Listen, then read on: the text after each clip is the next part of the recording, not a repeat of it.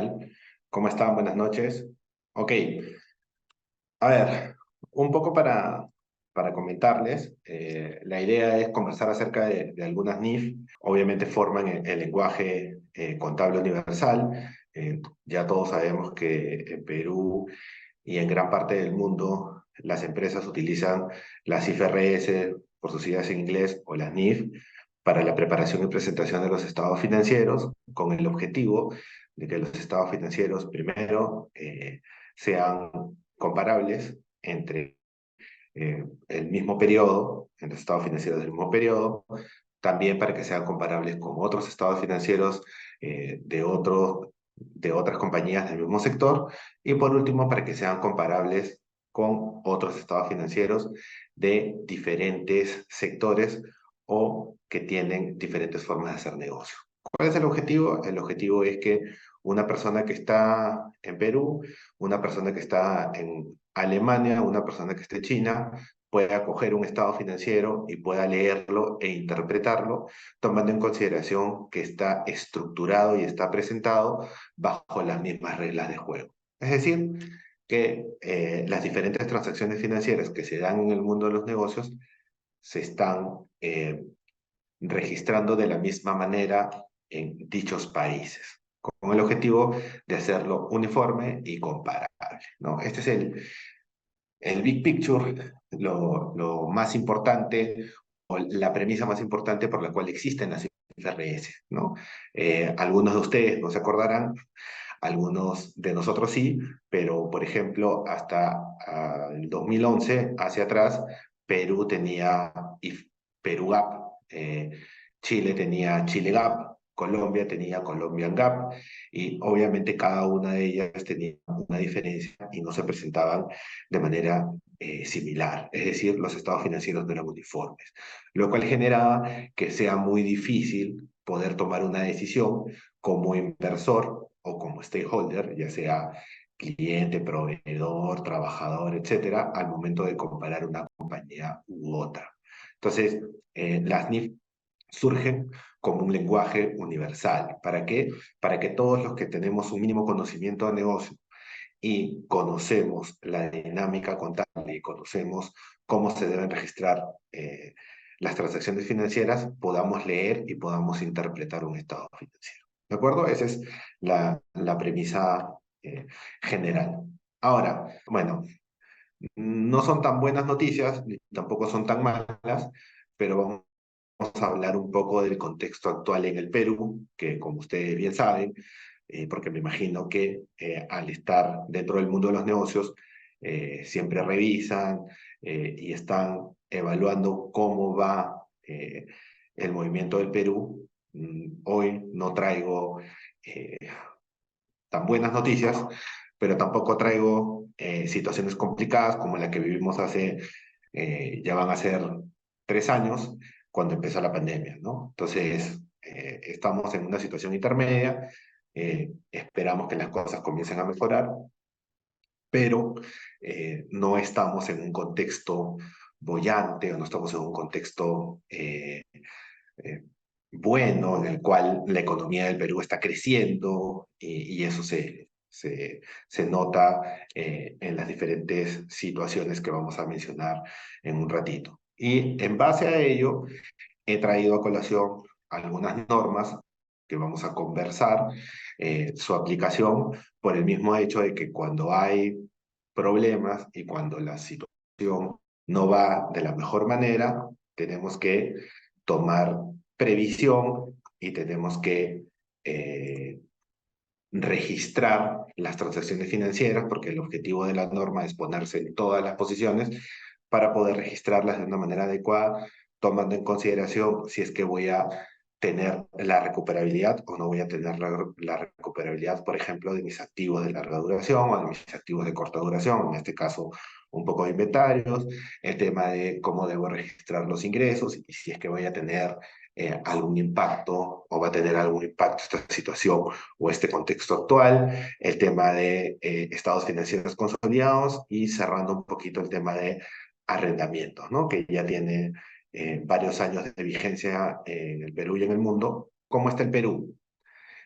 Bueno, lamentablemente, como les dije, no son buenas noticias. Durante los primeros 6 meses del 2023, el PBI se contrajo en un 0,5%, debido a la incertidumbre política, malestar social y la ocurrencia de desastres. Es decir, no estamos creciendo, si no estamos decreciendo. ¿Y eso qué implica? Eso implica que lo que, primero, para las diferentes compañías, no necesariamente cumplir con el presupuesto que tenían plasmado. Es decir, yo había presupuestado que el Perú iba a crecer y mi sector iba a crecer en un tanto por ciento y que yo iba a crecer en ventas un porcentaje o similar o un poco menor de ese crecimiento, cosa que no se está dando. Es decir, en vez de crecer estamos decreciendo, por lo tanto no necesariamente mis ventas van a crecer. Obviamente no es, en teoría es directamente proporcional, pero hay situaciones en las cuales compañías sí están creciendo, pero hay otras que no. Entonces, esto va a afectar no solamente mi presupuesto, sino también va a afectar mis diferentes transacciones financieras y tengo que evaluar cómo las debo registrar o qué cambios debo hacer, ¿no? Y básicamente esto se concentra en el tema de juicios y estimados contables, ¿no? Cada vez que existe un problema, cada vez que existe una crisis, cada vez que existe recesión, cada vez que no crecemos, sino decrecemos, los estimados contables y los juicios contables toman una relevancia o una preponderancia mucho más importante. ¿Por qué? Porque obviamente tenemos que ser mucho más prudentes y tenemos que adecuar nuestros juicios y adecuar nuestras estimaciones basados en el contexto actual que estamos viviendo. Si en un primer momento hice una estimación tomando en consideración un nivel de crecimiento y un nivel de ventas, y eso en realidad no se da, voy a tener que ajustar esa estimación a la realidad, ¿no? Entonces, primer punto, en vez de crecer, estoy decreciendo. Tengo eventos climáticos y obviamente la conflictividad en el país impidieron la ejecución de inversión pública, y sectores claves como la agricultura, la pesca y el turismo presentan una recuperación rezagada. Entonces, tenemos un problema en pesca, el hecho del cambio climático, de que en plena primavera estemos teniendo noches de lluvia y frío, y en pleno invierno tengamos noches de sol y calor. ¿Qué es lo que ha generado? Ha generado que el principal eh, proveedor o la principal pesca, que es la anchoveta, no se encuentre dentro de las 200 millas, ¿no? Y eso ha afectado de manera directa a la pesca, ¿no? Se prevé que va a haber un niño bastante importante. En un primer momento estaba súper alto, comenzó a bajar la intensidad y ahora ha comenzado a subir nuevamente. Las predicciones hacia diciembre y enero, lo cual va a tener un impacto importante en la agricultura, y el cambio climático o el cambio de clima que estamos experimentando y que ha generado o que ha tenido un impacto en la pesca también está generando un impacto en la agricultura, ¿no? Por ejemplo, plantaciones de limón o plantaciones de fruta que tenían un tiempo estimado de cosecha en las cuales se aplicaba la NI 41 y yo determinaba cuál era el fair value de ese activo biológico basado en el crecimiento que tenía, en vez de históricamente tener las mismas fechas o la misma temporalidad de cosecha, ahora se están alargando y se están espaciando. ¿Eso qué genera? Eso genera un incremento de costos porque tengo más costos de mano de obra, más costos de mantenimiento, etcétera, que van a afectar directamente a la rentabilidad de la compañía. Entonces, eh, estas situaciones hacen que yo tenga que cambiar mi estimado, que evaluar mis juicios y obviamente que registrar estas situaciones dentro de mis estados financieros, lo que van a hacer, lo que va a generar y lo que va a hacer que mi rentabilidad disminuya. Entonces, todo este tipo de situaciones, sumado al hecho de que no ha habido inversión pública o la inversión pública, que es uno de los motores de la economía en el Perú, no se ha ejecutado de la manera que se esperaba, ha generado qué cosa, que no, la economía no se mueva o no tenga el crecimiento que se esperaba. A ello le sumamos que, por ejemplo, en agosto los ingresos gubernamentales anualizados eran 1,8% del PBI, inferiores a los del 2022. ¿Eso qué quiere decir? Que estoy recaudando menos. ¿Y por qué recaudo menos? Porque las compañías tienen menos ventas y tienen menos ingresos. Y eso se ve principalmente en la recaudación del impuesto a la renta y del IGB. Es decir, en vez de lo que espera el Estado y lo que se espera es que conforme va pasando el tiempo y conforme van pasando los años, crezca la cantidad de recaudación. ¿Por qué? Porque se espera que las compañías vendan más, que generen más rentabilidad, etcétera, ¿no? Pero este año, en vez de crecer, ha decrecido. Entonces, si se dan cuenta, vamos teniendo varias situaciones y vamos teniendo varios puntos de alerta de cómo está la economía y cómo esta economía va a afectar de manera directa y de manera indirecta las diferentes transacciones financieras de las empresas y en específico de la empresa donde yo trabajo, de la empresa donde realizo mis prácticas o donde estoy contratado, etcétera, ¿no? O sea, hay una relación directa. Otro punto importante que hay que tomarlo en consideración es que Fitch bajó la previsión de crecimiento de Perú del 2023 de 1,8 a 0,8. Si ustedes se acuerdan, empezamos el año con 2,5 hasta 3 y conforme ha ido pasando el tiempo, las previsiones de crecimiento han ido disminuyendo. ¿Por qué? Porque no hemos tenido ese crecimiento esperado, porque no hemos cumplido con ese crecimiento que nosotros habíamos proyectado tener, ¿no? Y obviamente las perspectivas hacia a futuro no son las más alentadoras. ¿Por qué? Porque tenemos riesgos como el fenómeno del niño y obviamente la inestabilidad política en la que venimos viviendo ya un par de años, si no es más. Entonces, eso también genera, ¿qué cosa? Genera que la inversión privada no tenga la suficiente confianza como para poder realizar dicha inversión en el Perú, y eso obviamente también afecta de manera directa la economía. Y acá sumamos dos factores. Primero, que la inversión pública no se ha dado de la manera que se esperaba, y por otro lado, que la inversión privada tampoco se está dando. Entonces, los dos principales motores de la economía, los que generan el círculo virtuoso de la economía, no se están dando. Entonces, la inversión privada, la cual genera la mayor cantidad de empleos en el país, viene en caída por 3 trimestres consecutivos. Asimismo, la producción de todos los sectores, excepto minería, muestran cifras negativas, es decir, no están creciendo, sino están decreciendo. Y el consumo de la población, obviamente, no crece, pero el costo de vida es más alto, ¿no? Hemos tenido niveles importantes de inflación eh, desde mediados del año pasado hasta ahora. Si bien la inflación se ha comenzado a controlar y ha comenzado a bajar, eh, todavía tenemos niveles súper altos de inflación que están muy por encima de las previsiones que tenía el Banco Central de Reserva, ¿no? Que era entre 1,3 y 1,5. Hoy por hoy llegamos a estar en 8%, hoy por hoy estamos en 5,5, 5,6, ¿no? Entonces, obviamente la inflación es bastante importante. ¿Por qué? Porque le quita poder adquisitivo a la población. Si a eso le sumamos el hecho de que no se están generando las inversiones y no se están generando los puestos de trabajo, son situaciones negativas que van sumando y que van haciendo que tengamos o que nos encontremos en esta situación.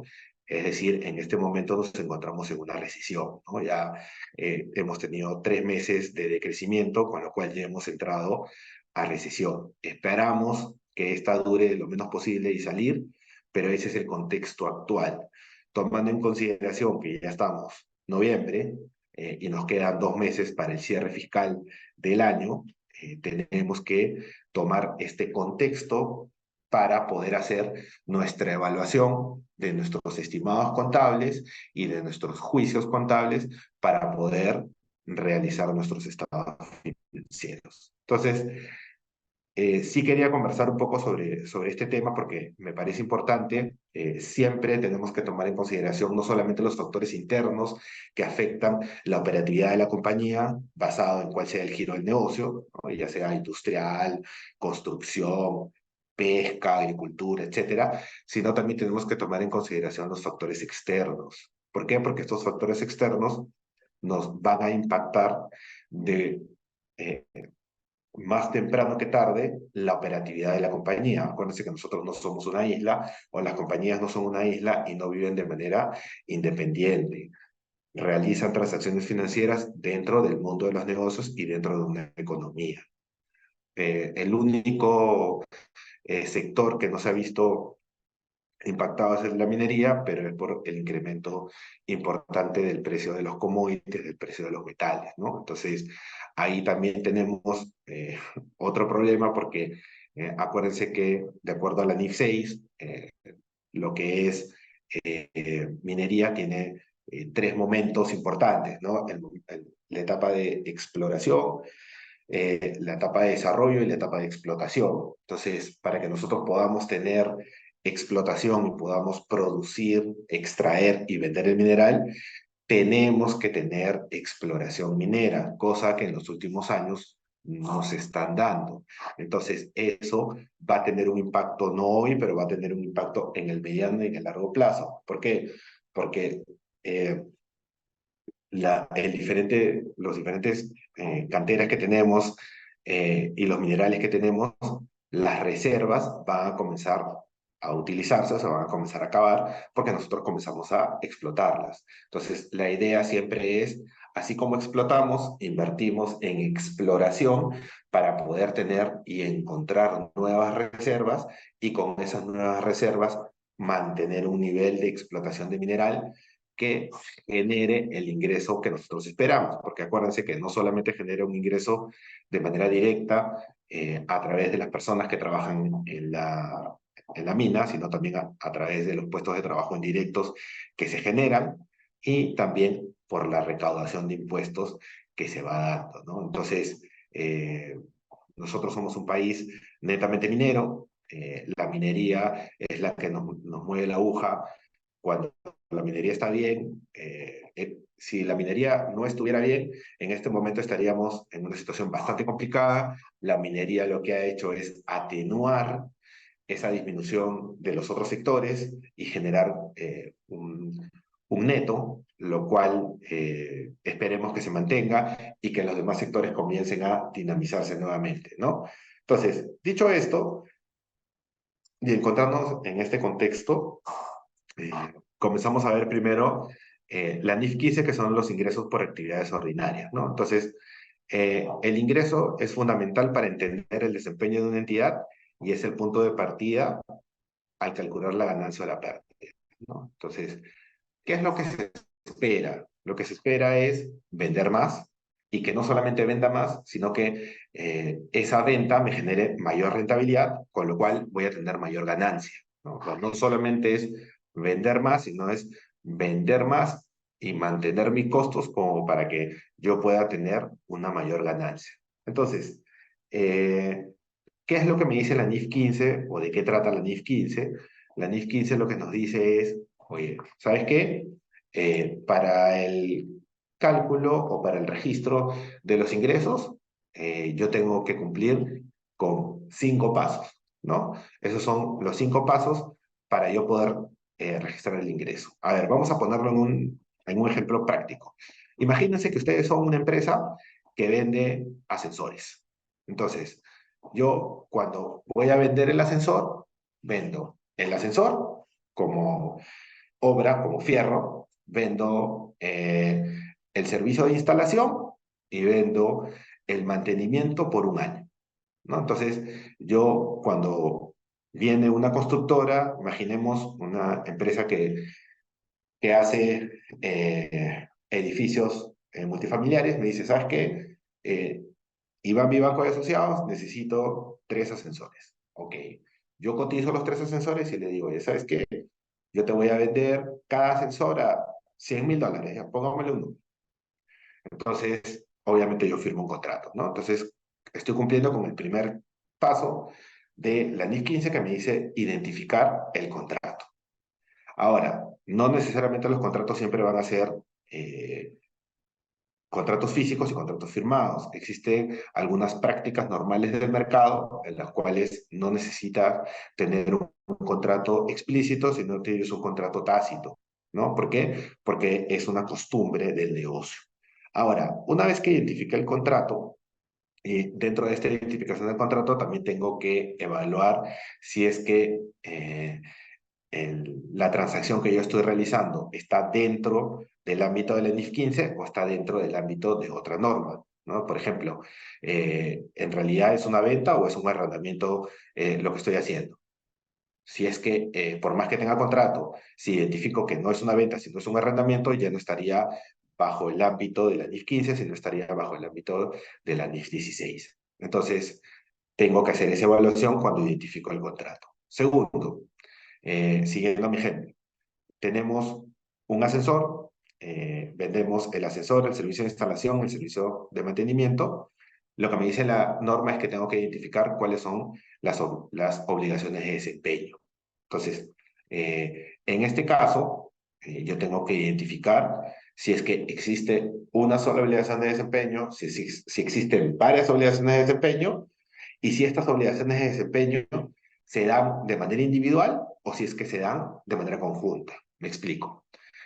Cuando nosotros solicitamos que no sé, importamos, imagínense, ¿no? Importamos un contenedor de celulares. Entonces yo contacto con la empresa, con una empresa imagínense, de Estados Unidos o de China, y le digo, ya, ok, cierro, hago la transacción y me van a importar un contenedor de celulares. Entonces, eh, la empresa que me hace el servicio de transporte, para mí, como cliente, ¿qué es lo que me interesa? Me interesa todas las diferentes acciones que hace la compañía en el momento para poder importar, es decir, la estiva, la desestiva, el almacenamiento, el pago de la nacionalización, etcétera. Para mí, eh, si bien existen diferentes obligaciones de desempeño, para mí como cliente, yo evalúo solamente si el contenedor llegó y está en el lugar que yo espero que esté, o evalúo, no sé, si hicieron la estiva y la desestiva, ya, yo te pago por la estiva y la desestiva que hiciste del contenedor, independientemente que haya llegado a mi almacén. ¿No, cierto? Para mí es cuando llega el contenedor al almacén, para mí recién se realiza la venta. Es decir, yo tengo mis productos. Todas las acciones que tú hayas realizado, estiva, desestiva, nacionalización, etcétera, para mí, como cliente, no son obligaciones de desempeño. Para mí es una sola obligación de desempeño. ¿Cuál es? Que el contenedor llegue a mis almacenes. Entonces, en ese caso, yo tengo que evaluar como vendedor si es que voy a considerar las obligaciones de desempeño de manera individual o las voy a considerar de manera conjunta. En el caso que les acabo de mencionar, yo debería considerar una sola obligación de desempeño porque se cumple en el momento que entrego el contenedor. Ahora, por otro lado, volviendo a nuestro ejemplo de eh, el ascensor. ¿Cuándo o en qué momento se considera que cumplo con las tres obligaciones de desempeño que he evaluado? ¿No? Tengo una que es la entrega del fierro, la entrega del ascensor como tal, la instalación y el servicio de mantenimiento. Entonces, la pregunta acá es, ¿existe una sola obligación de desempeño o existen varias obligaciones de desempeño? Entonces, primero, yo puedo entregar el ascensor sin necesidad de instalarlo, sí, sí lo puedo hacer. ¿Puedo instalar el ascensor sin necesidad de brindar el servicio de mantenimiento? Sí, sí lo puedo hacer. Entonces, ¿son obligaciones de desempeño, ¿no?, de manera independiente o son obligaciones de desempeño conjuntas? son obligaciones de desempeño que las tengo que evaluar de manera diferenciada. ¿Por qué? Porque cada una se va a dar en momentos distintos y cada una genera una venta de manera distinta. Me explico. Yo firmo un contrato por los $100.000 y facturo los $100.000, ¿no? Entonces, eh, el siguiente paso que me dice la norma es que tengo que definir cuál es el precio de la transacción, ¿no? Entonces, y el cuarto punto es asignar ese precio de transacción a las diferentes obligaciones de desempeño. Entonces, yo lo que tengo que hacer es, ¿cuánto cuesta el ascensor, el ascensor como tal, ¿no? El fierro? No sé, de los $100.000, imagínense, ¿no? Cuesta $80.000 y yo lo voy a vender a $90.000. Ok, $90.000. ¿Cuánto cuesta el servicio de instalación? El servicio de instalación me cuesta $5.000. Iván, ¿y cómo determinas tú cuánto cuesta el servicio de instalación o el precio para determinar el servicio de instalación? Bueno, tengo que evaluar las horas hombre y cada hora hombre tiene un valor. Hago un P por Q. La cantidad de horas que necesito para hacer la instalación por el valor de la hora hombre y me da $5.000. Y yo tengo que brindar un servicio y se brinda un servicio anual, ¿no? Entonces, tengo que, ¿cuánto me va a costar hacer ese servicio? Porque el servicio es anual, pero el servicio es mensual, ¿no? Yo hago el servicio de mantenimiento de los ascensores todos los meses, ¿ok? ¿Cuántas horas hombre voy a necesitar? ¿Cuántas repuestos voy a necesitar? Y en base a eso determino cuánto. El tema de los repuestos es fácilmente determinable. ¿Por qué? Porque yo puedo vender los repuestos de manera independiente sin necesidad de estar haciendo el mantenimiento. Entonces tengo los precios de venta. Tengo el precio o el valor de venta de la hora hombre de la persona que hace el mantenimiento. Por lo tanto, también en base a la cantidad de horas que voy a incurrir, voy a determinar ese precio, ¿no? Entonces, determino el precio y asigno, ¿no? Entonces, siguiendo mi ejemplo, tengo 90.000 del precio del ascensor, 5.000 de la instalación y 5.000 del mantenimiento. Entonces, determiné el precio y asigné. Cumplí con el tercer y con el cuarto paso. Y por último, tengo que determinar en qué momento lo voy a reconocer. Entonces, por ejemplo, en el asesor lo voy a reconocer en el momento que entrego el fierro, que se lo doy a la constructora y le digo, ok, acá te lo entrego, desde ahora tú los riesgos y beneficios inherentes al bien te los transfiero, tú haces la custodia y yo regreso y mañana lo instalo, ¿no? ¿Cuándo reconozco el ingreso? ¿Cuándo reconozco el ingreso por la instalación? Normalmente la instalación me va a durar 15 días o 20 días, ¿no? Entonces, cuando termino el proceso de instalación, cuando ya incurrí en mis costos y terminé de instalar el asesor, reconozco como ingreso la instalación. Y por último, el tema de el mantenimiento. Los servicios de mantenimiento voy a registrar tanto el ingreso como el costo de manera mensual durante el año que yo estoy brindando ese servicio, ¿no? Entonces, el momento, si bien yo en un primer momento facturo todo, el momento de reconocimiento de la venta es en diferentes momentos de acuerdo a la obligación de desempeño que he determinado y al análisis que he hecho de cada una de esas obligaciones de desempeño. ¿De acuerdo? Entonces, eso es un poco lo que nos dice, en términos bastante sencillos, la NIF 15, ¿no? Adicionalmente a ello, y un poco para asociarlo con lo que vimos al inicio de la situación en la cual nos encontramos, primero hay un tema importante que menciona la norma, que es el tema de identificar si la compañía actúa como principal o como agente. Eh, sí, ¿y esto para qué? Para reconocer el precio de ventas como ingreso, en el caso de que actúe como principal, y solo una comisión de venta si actúa como agente. Y va, ¿cuándo es principal y cuándo es agente? Principal es cuando tiene la custodia y la responsabilidad del bien. Agente es cuando la responsabilidad la transfiere a un tercero y solamente cobra una comisión o solamente hace un servicio de vigilancia, pero transfiere todos los riesgos a un tercero. Me explico. Eh, por ejemplo, cuando yo vendo, no sé, imagínense que yo exporto. Entonces, vamos a poner que exporto uvas. Entonces, cuando yo exporto uvas y lo vendo con FOB en el puerto de destino, mi responsabilidad termina en el momento en el cual yo entregué el producto en el puerto. En ese momento yo reconozco mi ingreso, se acabó para mí la historia, ¿no? Yo no tengo ninguna responsabilidad adicional. Siempre he sido principal. ¿Qué pasa si es que yo no entrego o no tengo el Incoterm de entregarlo en el puerto de salida, sino en el puerto de llegada? Obviamente, ¿yo a qué me dedico? Yo me dedico a vender, a plantar y a vender fruta. Entonces, contrato a un tercero para que haga el trayecto de mi puerto de embarque hasta mi puerto de destino y que custodie la carga y que se encargue de realizar la transferencia de manera adecuada. Y por eso yo le facturo lo que me cobre este tercero más un pequeño diferencial a mi cliente.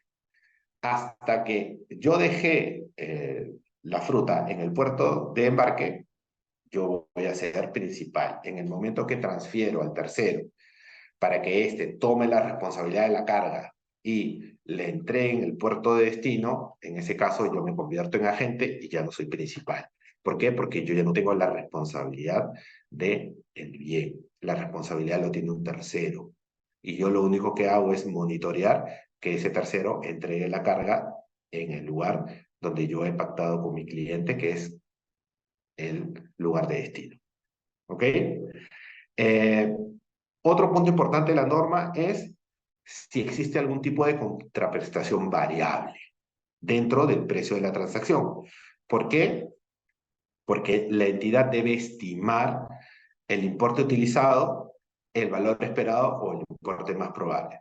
A ver, me explico. Imagínense que yo soy una constructora y yo digo, ok, yo te cobro a suma alzada, no sé, 5 millones de dólares por construirte este edificio. Pero si yo construyo el edificio en 2 años o menos, tú me vas a pagar un adicional de $500,000. ¿Por qué? Porque estoy entregando el edificio antes de la fecha pactada o dentro de la fecha pactada.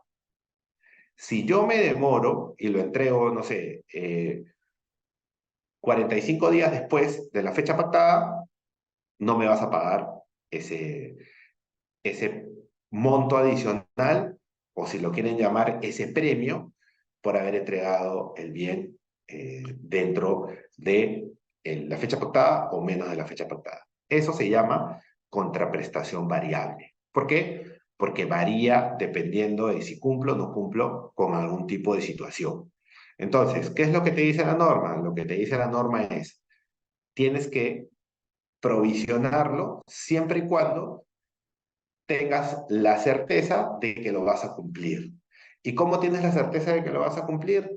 Obviamente, acá hay varios factores. Tienes que evaluar la probabilidad, ¿no? Entonces, si es que yo tengo una probabilidad alta de cumplir esa contraprestación, provisiono ese ingreso variable. Si sé que no, normalmente no lo hago, tengo el historial de que no he ido cumpliendo, no lo voy a provisionar. Entonces, ese es otro tema que es importante dentro de la norma. No solamente tengo que evaluar cuáles son las obligaciones de desempeño fijas, sino también si es que existe algún tipo de obligación de desempeño o contraprestación variable.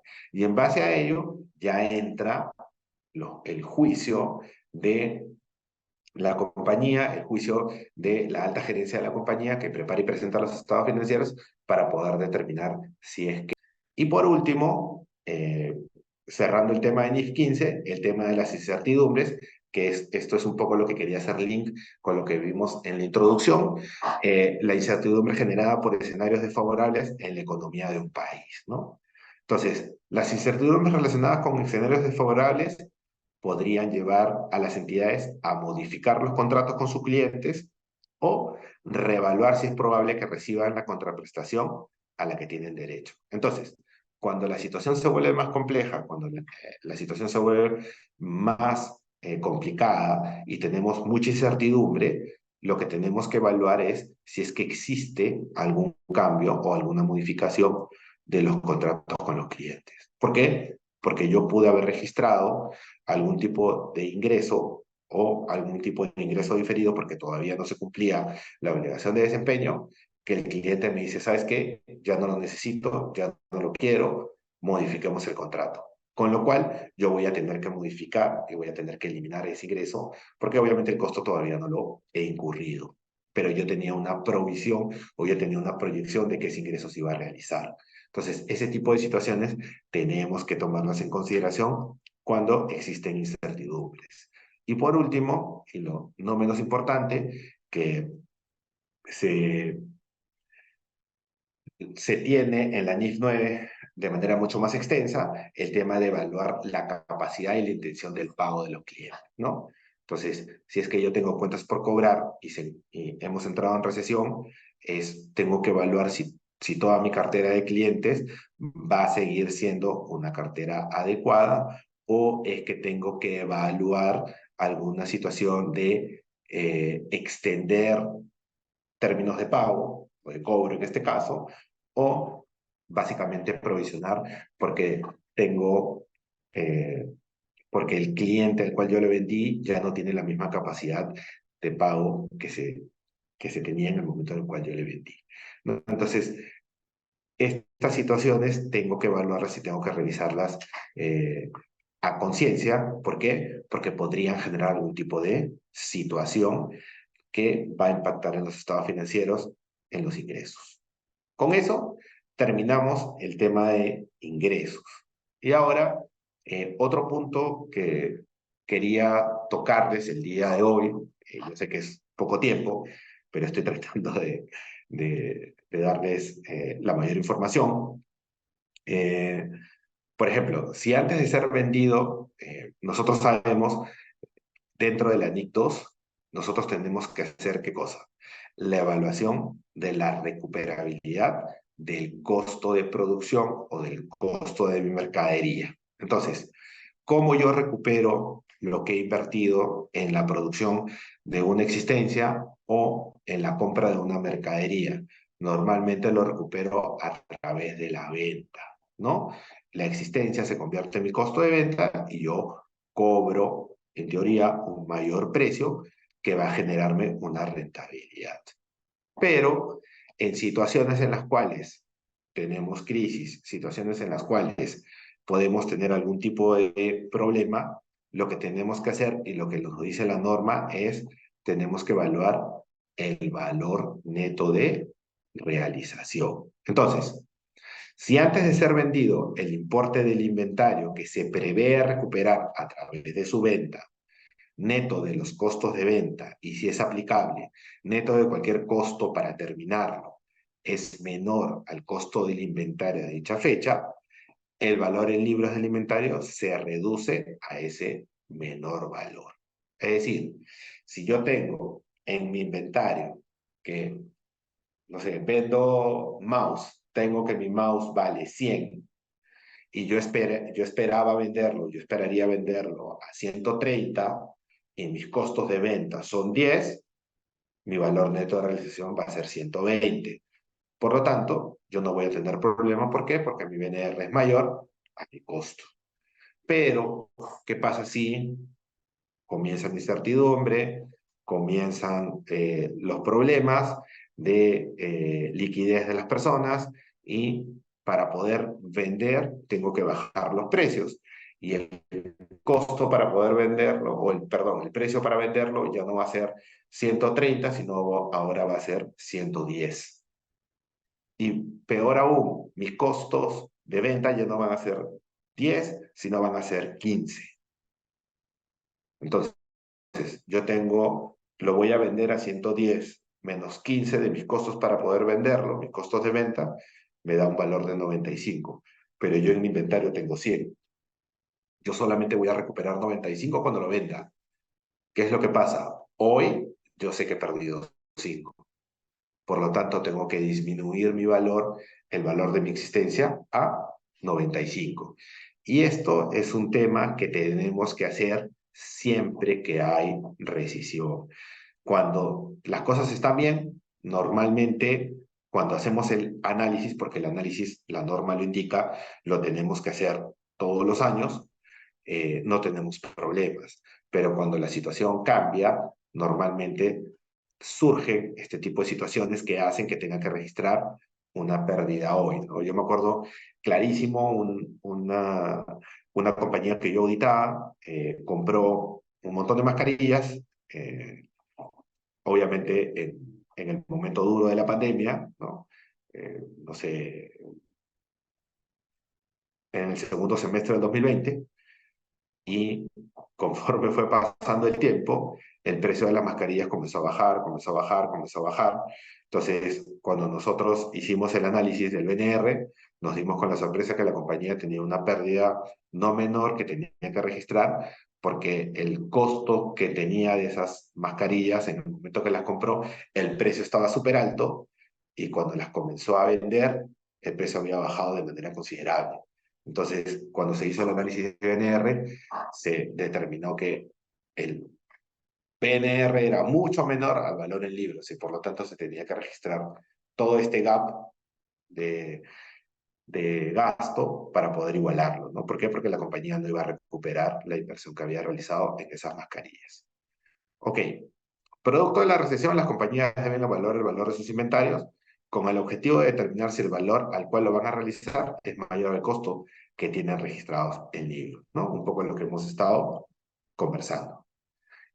Todas las compañías deben realizar el análisis de su capacidad normal. Ese es otro punto importante. Uno es el BNR, este es capacidad normal. Eh, para ponerlo en términos súper sencillos, todas las compañías, cuando tienen un proceso productivo, es decir, tienen maquinaria, la maquinaria tiene una capacidad, ¿no? Imagínense, yo puedo hacer, sí, eh, 500 bolsas al día con esta máquina, ¿no? Entonces, esa es la capacidad de la máquina. Ahora, yo lo que tengo que determinar y lo que tengo que evaluar es cuál es mi capacidad normal. Yo normalmente en los últimos 3 años he producido 400 sacos de cemento al mes.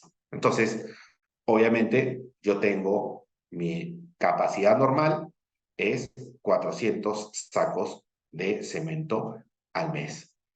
Y ello lo tengo que evaluar, ¿por qué? Porque para poder determinar mi capacidad normal, ¿para qué me sirve? Me sirve para poder asignar mis costos de conversión.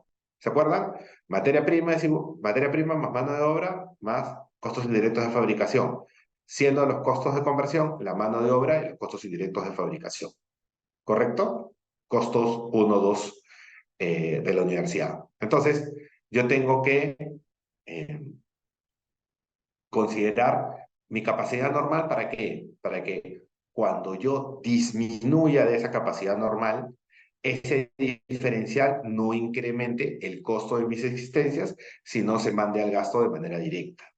Al contrario, si yo produzco más de mi capacidad normal, no tengo problema. ¿Por qué? Porque estoy siendo más eficiente y mi costo unitario está siendo menor. Entonces, ese es el objetivo de determinar mi capacidad normal. Ahora, es un tema bastante complejo, no es un tema sencillo y se tendría que hacer por cada línea de producción.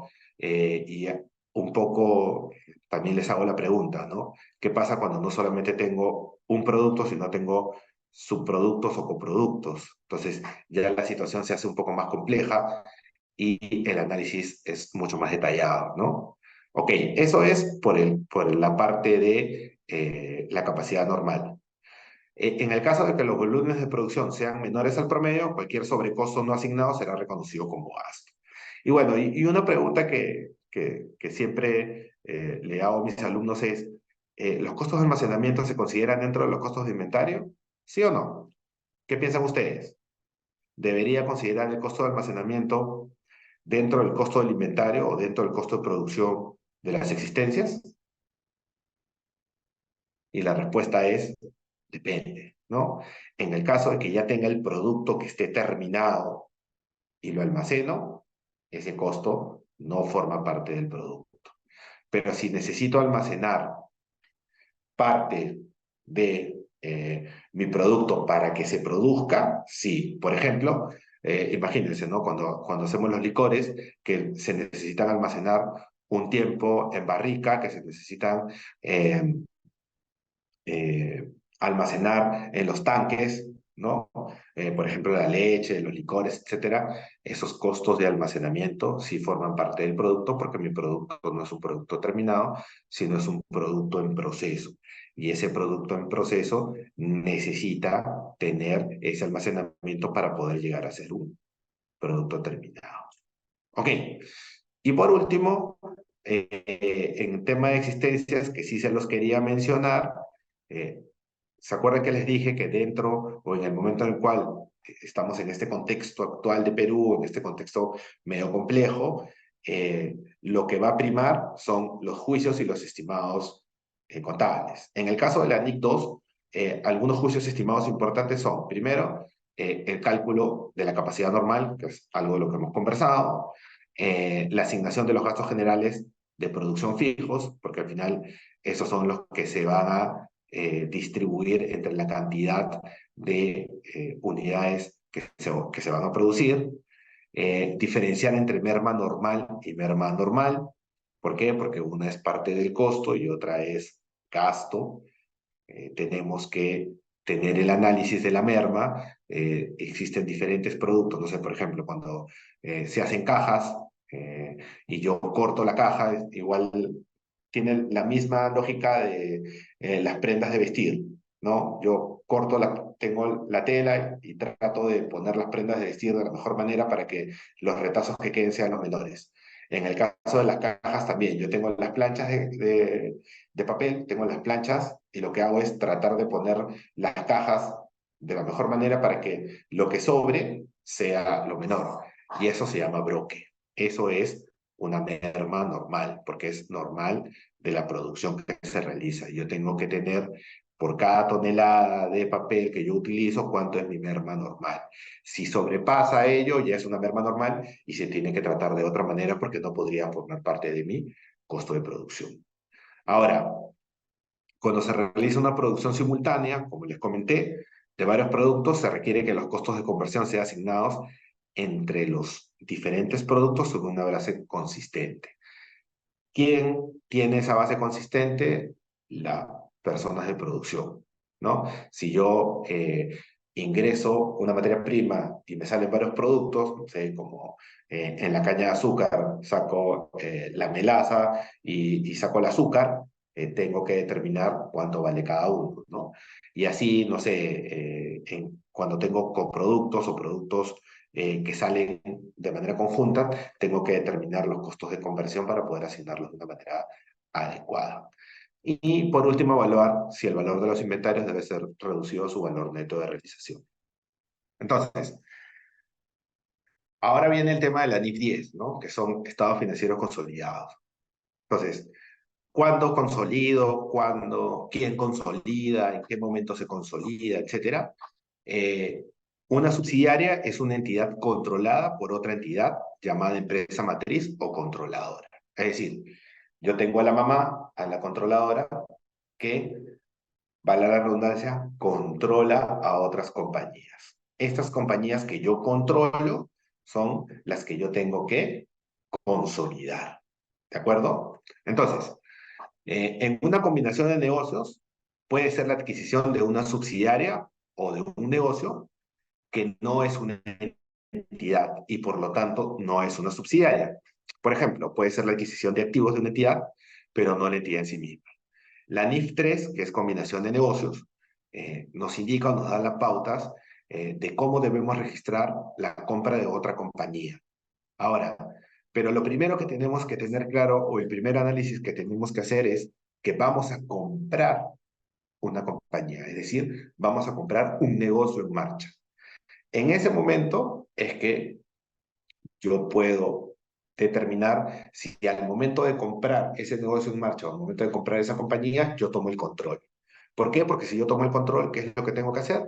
Lo que tengo que hacer es consolidar, ¿de acuerdo? Ahora, ese tema es bastante importante, ¿por qué? Porque en el momento en el cual yo determino si tengo el control o no tengo el control, tengo que determinar si he comprado un negocio en marcha o no he comprado un negocio en marcha, porque puede ser que compre un conjunto de activos, pero no estoy comprando un negocio en marcha. Eso es súper importante y eso se detalla de manera bastante expresa en la NIF 3, ¿de acuerdo?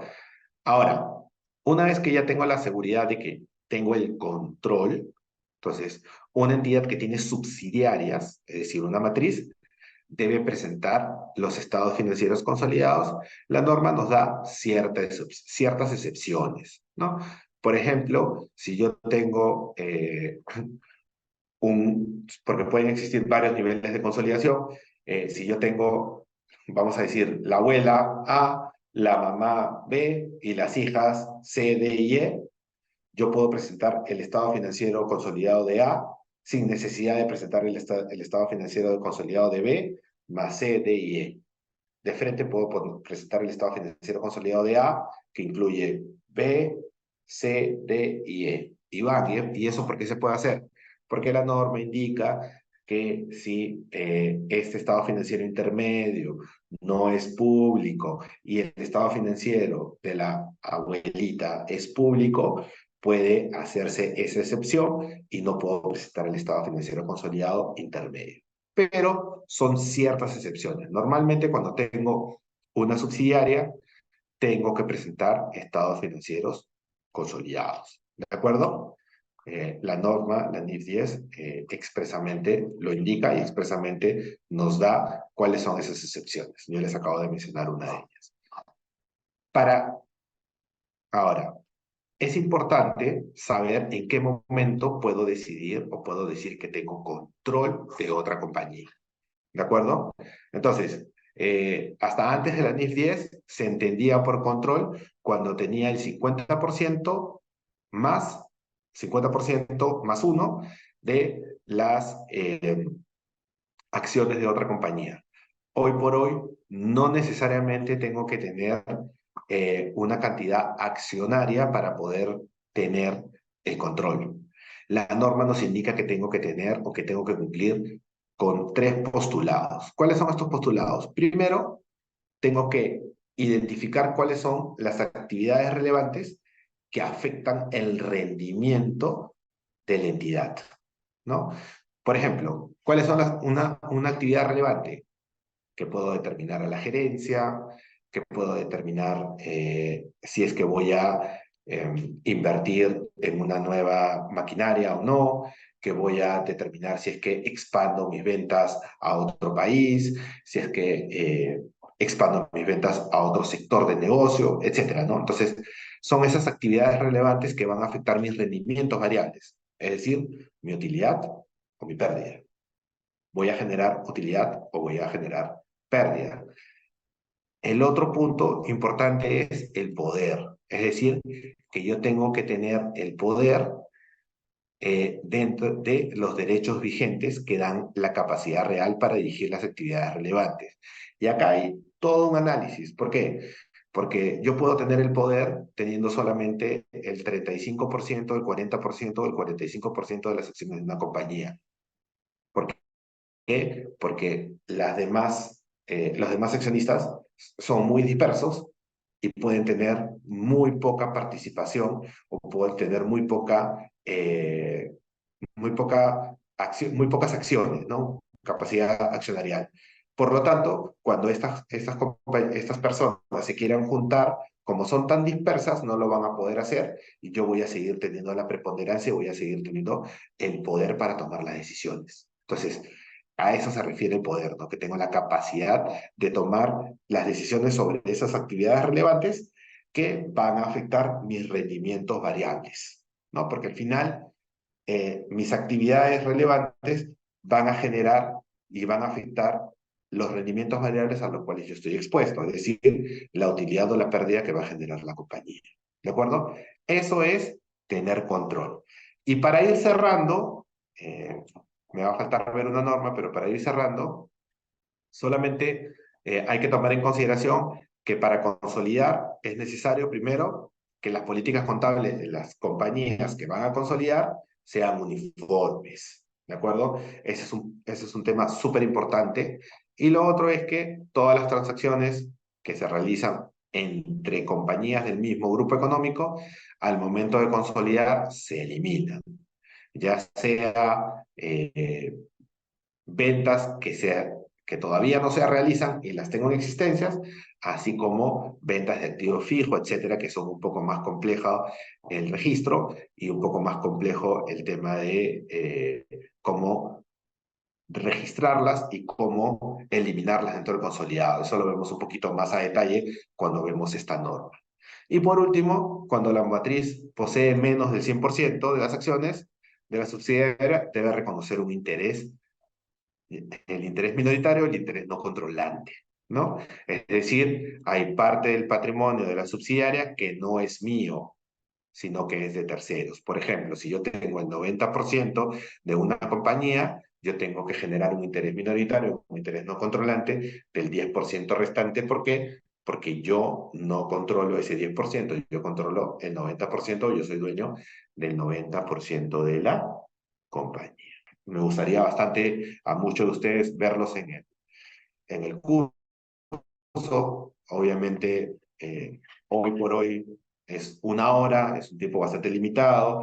He tratado de explicar las situaciones o las cosas más importantes de algunas normas que he traído a colación el día de hoy, pero cuando empezamos el curso lo vemos de manera más detallada, ¿no? Nos vemos, cuídense, chao, chao.